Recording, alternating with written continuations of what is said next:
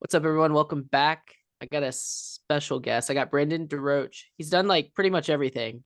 He contributed to the Huffington Post for a long time. Saw he was in an indie band, and he actually started a social media company called Propeller. That's more of it's like building goodwill on social media is what my understanding of it is. But I'm not gonna share the secret. I'm gonna let Brandon talk about that. What I found most interesting about Brandon being in the indie band is he misses playing guitar in front of a crowd, but doesn't miss the band days in the van. So happy to have him on. What was the name of the indie band? I couldn't remember. The band was called The Underwater, and there are some times I miss being in the van, but in large part, I'm happy not to do that as much, but I do miss playing shows. Yeah, I've met a lot of people that have played shows and are just like when you get in front of that crowd, there's you can't they can't explain the feeling that you get when you're just performing in front of a crowd. It like the adrenaline, the energy that you're feeling from the crowd is definitely something special, and it's definitely easy to see why people love performing in front of raging fans.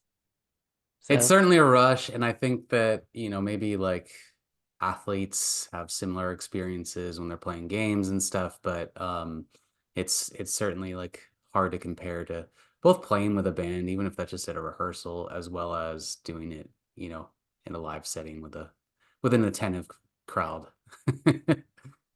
yeah, for sure. And being that you were in a band, then you worked in digital marketing. You worked at you've co-founded something called the Urgency Network, and then were a contributor to the Huffington Post. What was the one thing that you learned being in a band that's helped translate to your success now, if you could pinpoint that? It's a good question. I think that the thing that I picked up at being in a band really was that if you're an artist, almost at any level, you have a platform. And, my band days were 2002 to 2008. So it was kind of, it was pre Facebook, pre even MySpace for part of it. And so it wasn't really looking at it from like the social media perspective, but, especially when we used to tour like Europe, for example, you're going from country to country and you're doing radio interviews and you're playing to these people that like want to meet you and all these things that we were not a big artist, but I saw that you had this opportunity even at that level to use that platform for something positive. And that's really like what inspired me to go down the path that I did. And when I didn't think that my band was going to like get to the level that we had hoped and to, really be able to make that impact, I was inspired still by the power that other artists have to use their platform for something positive. And so that really became my sort of personal mission, was to go and essentially be a cheerleader for artists and try and push them to do more and use that platform in responsible and um, impactful ways. Yeah, because you've done things for Sir Paul McCartney, Sir Richard Branson, Skrillex, and being that obviously you never got to their level. However, you have been in their shoes in terms of being on the road, playing gigs, and experiencing the same things that they experience, despite obviously there's not many people who can say they're even close to Paul McCartney. Right. Maybe like Elton John. Maybe Elton Yes. John and Paul McCartney could be in the same light. So how were you able to take your experience to help it translate to working with those sort of people that are like probably A Well, plus list? yeah. I mean, I think to your point, like it's not, I can't say that like I've ever experienced anything like they have with fame and stuff like that. That's just a whole different level. But you do get a sort of glimpse into what that's like. You do get a glimpse that, even if your decision making and stuff as an artist is on a much smaller level, you're still getting, there is certainly a comparison to be made as far as like how you feel as an artist and what goes into that sort of thinking. And so I think at the very least I could say that I learned um, how artists do think in a lot of ways and what might, they might be looking for, and how they decide what they want to put their name behind or anything like that versus just what their manager might think or someone else on their team or what have you, and just being able to relate to them in that way, I think has been helpful for me in doing this type of work.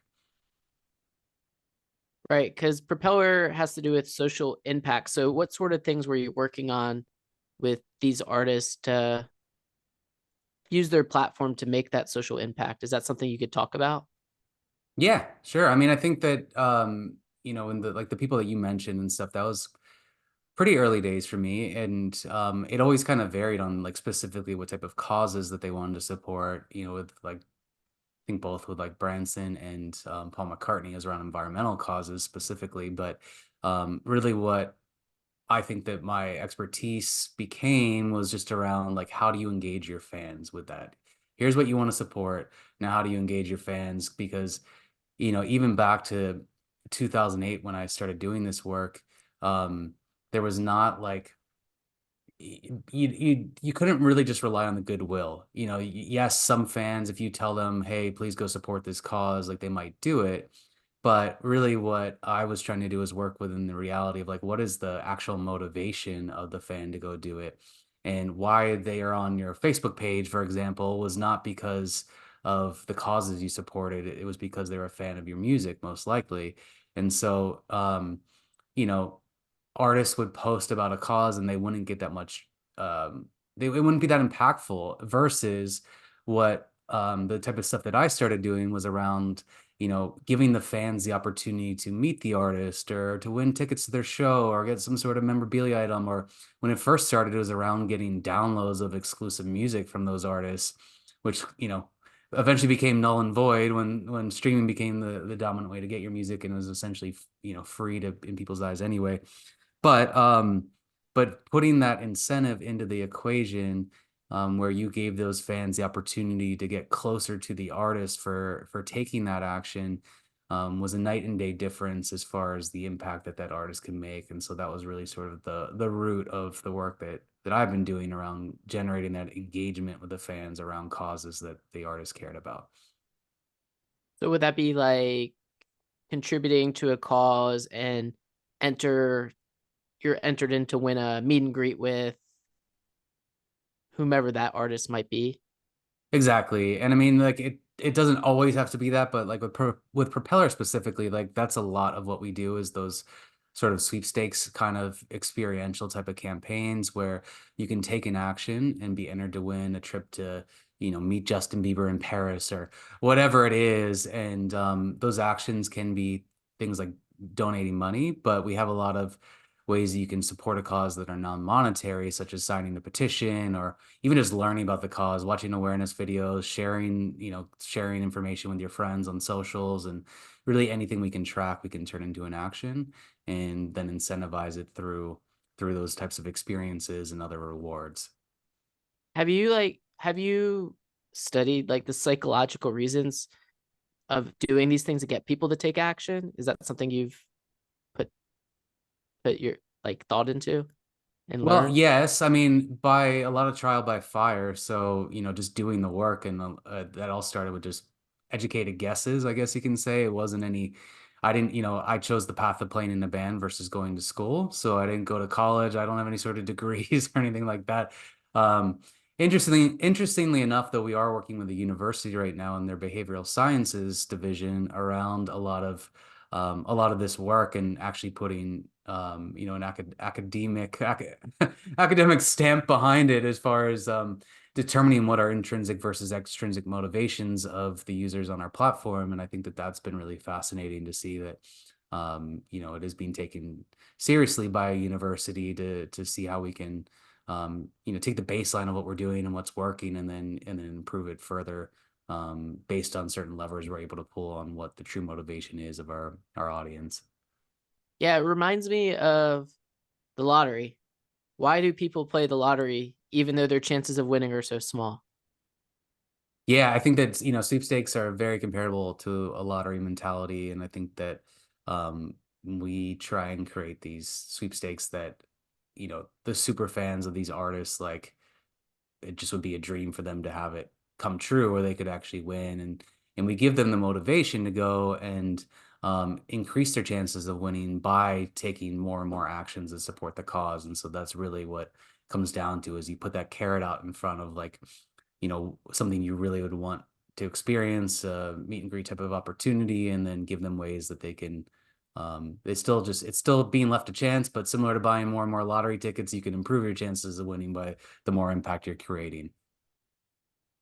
Right. Now is Propeller similar to Instagram or a platform? I was playing around on it and I saw like what like the different things. I saw someone just won like a meet and greet with Tiesto in Mexico. Like I saw what was going on, but for someone who isn't familiar with Propeller, like walk us through how your platform works for someone who would like to get involved.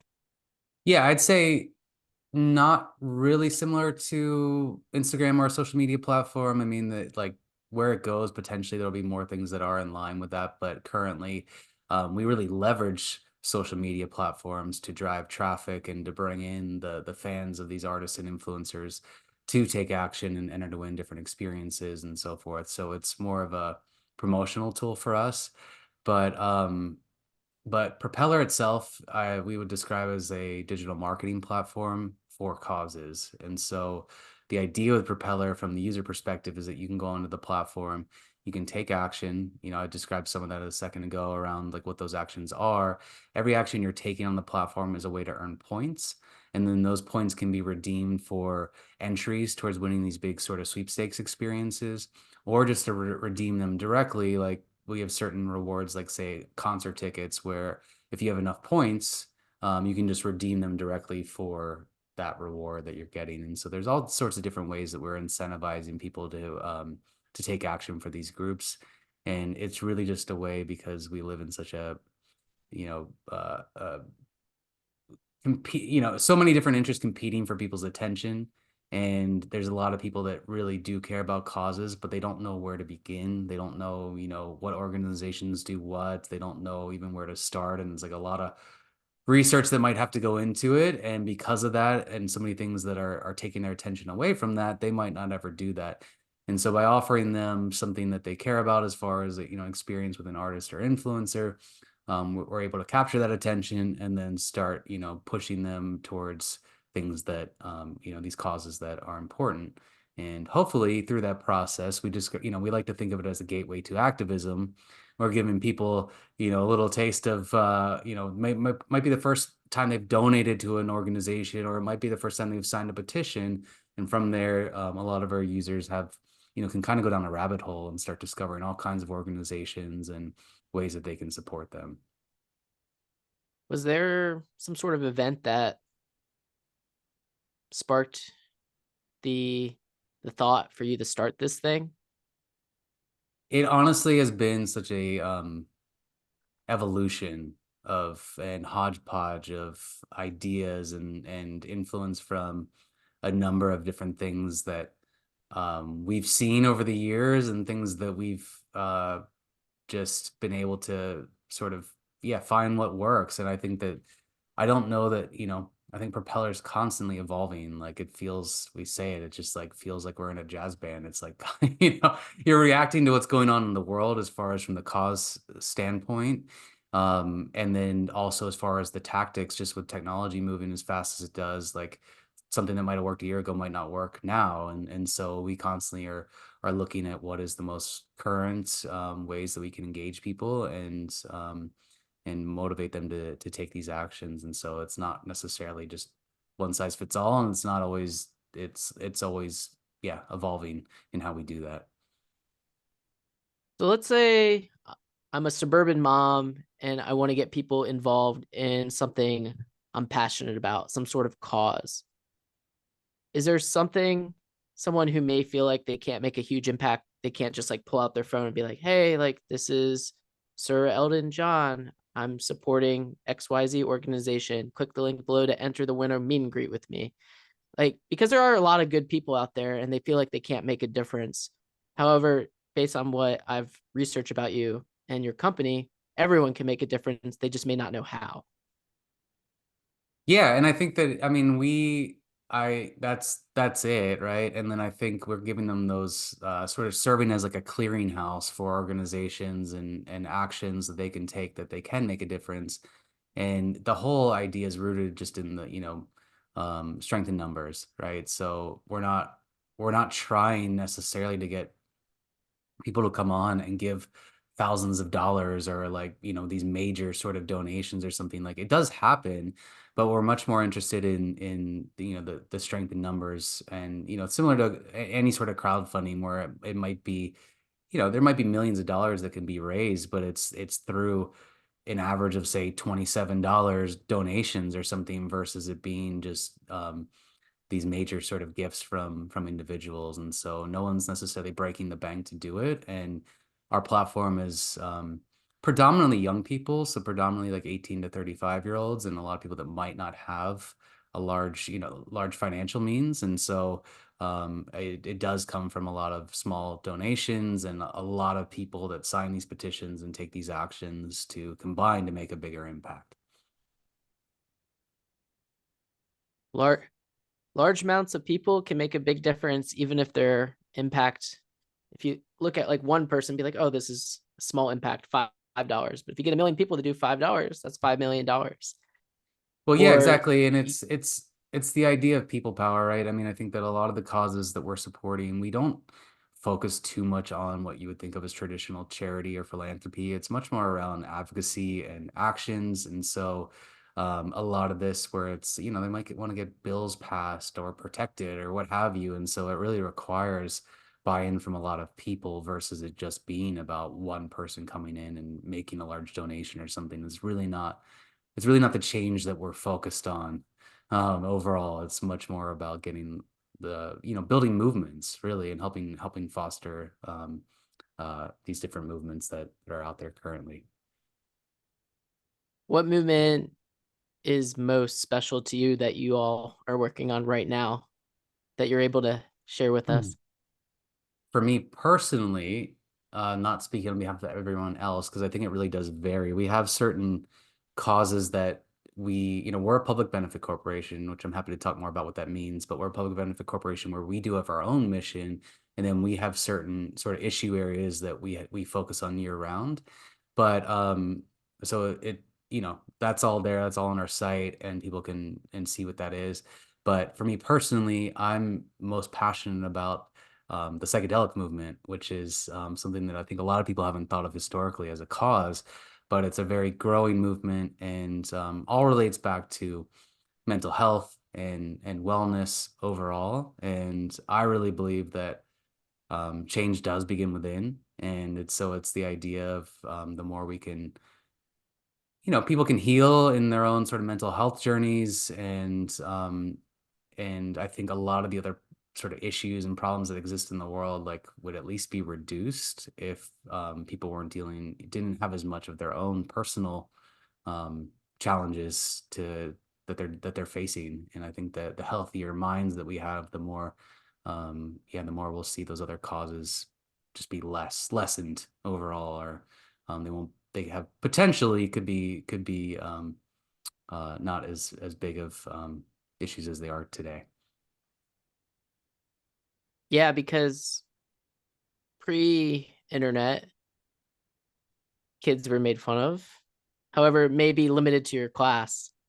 Now, some random 9-year-old in Omaha, Nebraska posts a video, you can get a million mean comments, and that could be extremely overwhelming for someone whose brain isn't fully developed to deal with. So, for sure, like that's definitely something that is constantly changing every single day with the world becoming bigger and bigger, yet smaller. Yeah, I mean, I'm sure there's a lot of fun and other benefits, but I do not envy, people in high school or middle school today that have social media. I just can't even imagine what that's like today versus what it was like when I was in high school and it still wasn't a thing. Yeah, I saw in the news they used AI to create um what's the right word? Not nice photos of like their colleagues, and they were like circulating around the school. Oh, So it's just awful. using like crazy things like that, which is still bullying. It's a different level of bullying. It's taking things to a new level that people don't have access to. And unfortunately, kids are just mean because they don't understand. Yeah. They don't And understand the impact that they're having on someone's psyche. yeah, for sure. I think as you get older, you start to realize that stuff more, or at least hopefully people do. And yeah, I don't know. I mean, and I think as far as what you're saying with AI and all that, we're just in the very beginning stages of deep fakes or whatever else that you're referring to there that is definitely terrifying. That, who knows what's going to come out of that for people. Yeah. And with Propeller, where are the best places to find it for someone who wants to get involved? And what's the next event that you're having that someone could come be a part of? Our website is propeller.la. None of us are in LA. That was where the company started, and we still just haven't changed the domain name. But propeller.la is the website. And so you can go there, you can discover any of the different sort of prizes and experiences that we have that are currently available. Um, we are anticipating a very busy year. I think that 2020 was a major year of growth for us, and just, it tends to be in election years that, are more volatile than ever. Um, Hate to say it, but like, it tends to be what's sort of when those times are occurring, are good for business, for lack of a better way to put it, for Propeller, just because um, people want to do something. They want to get involved. They want to motivate people to go vote. They're just all kinds of things happening in the world that they're thinking about the type of work that we do all the time. They're thinking about that more in an election year. And so this year is just getting going, obviously, but we think that it's going to be a really, really big year for us. And so there's going to be all kinds of different things that we're involved in. There's a lot of different tours we'll be a part of. We have a program at Red Rocks Amphitheater in Colorado, so we'll be at every Red Rocks event. So if any of your listeners or viewers go to Red Rocks, they'll probably see Propeller's activation there. It's up on the top plaza. We're going to be at lots of different music festivals. So anything from Governor's Ball in New York to Bonnaroo here in Tennessee to uh, a lot of ones I can't say yet, but just a lot of major music festivals. And so I think that if you go to any music events specifically, there's a good chance you'll see Propeller at one of those this year. Awesome. Well, Brandon's doing it all in the activism music world. And look out for the Propeller tent at any music event that you're at. We'll see everyone next time. Bye, everyone.